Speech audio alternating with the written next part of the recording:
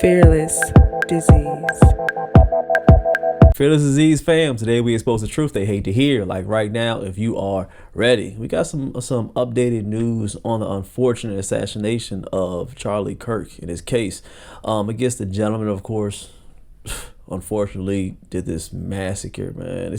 I'm still lost at words of what happened. Still was 3 months ago, but I'm still lost at words of something like this would happen on American soil. But there's an update on it, and this is going to be able to have a big turn on this case, because we want to get this done and be able to get justice for Mr. Kirk. But let's hear what they have to say about it on the updates to this case.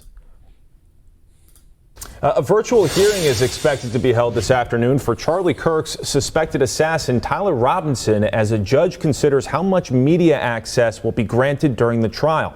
This comes as attorneys for both the media and defense went head-to-head on this issue earlier this month. Look at him, man. Just the way he looks.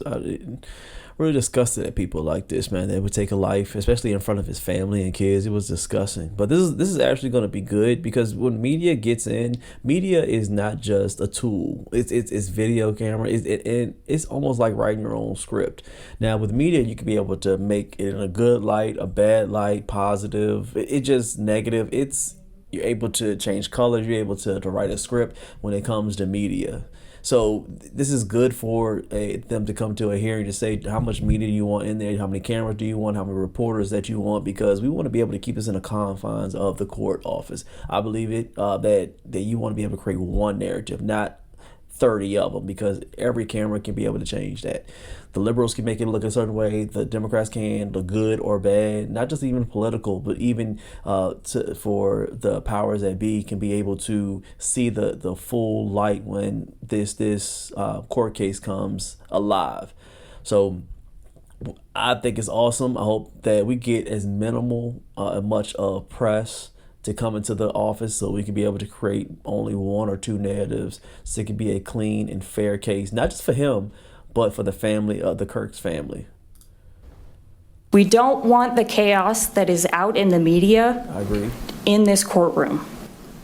So whatever this court can do to prevent that is what we're asking. We don't have any interest in weighing in on aspects of the case that don't have anything to do with the public's right to know. And so I didn't really hear an argument against what it is that we are asking to do.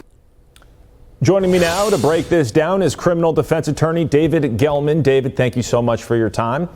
So Erica Kirk has said that we deserve to have cameras in the courtroom in the interest of full transparency, but I can understand what she's saying. Now she's looking on the defense side.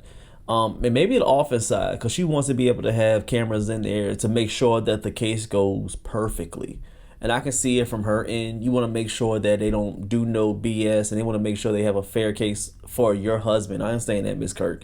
But it's always a double-edged sword to that. If you have too much and it's not on your right side, they can create a narrative where it was like the gentleman had a reason to do this, and it could be a detriment to your case as well. So I can understand what Ms. Kirk is talking about. So we don't know. We got to be able to see who's going to be able to come into court and what type of media is going to be in the court office, so it can be able to look good on your side as well. So you understand what I'm saying?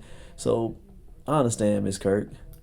Robinson's lawyers are concerned that it could compromise his ability to get a fair trial. Is that something that is a fair concern, would you say? I think it is. This judge here, he's going to have a real difficult decision to make. On one side, you have Erica Kirk, the victim of Charlie Kirk, saying, hey, we want to have cameras here. We want to have this publicized. And that's very interesting, because usually the victims in certain cases like these do not want to have these publicized. So that's very interesting. Now, the defense, I understand where they're coming from as well, because the more this comes out in the media, the more publicity it gets, obviously, and then individuals are going to know. That's going to definitely muddy the waters when it comes to a jury pool, because you're going to have to figure out who is going to be on this jury and who's not. And everybody in the world already knows about this case, it seems like. So it's going to be a very interesting dilemma that this judge has. I think he's going to have to split the baby, though, somehow, some way. Yeah, certainly a lot of people around the country are going to hope that there are cameras in the courtroom, because there's obviously a lot of interest in that. Meanwhile, Texas authorities are frantically searching for a missing 19-year-old named Camila Mendoza Olmos.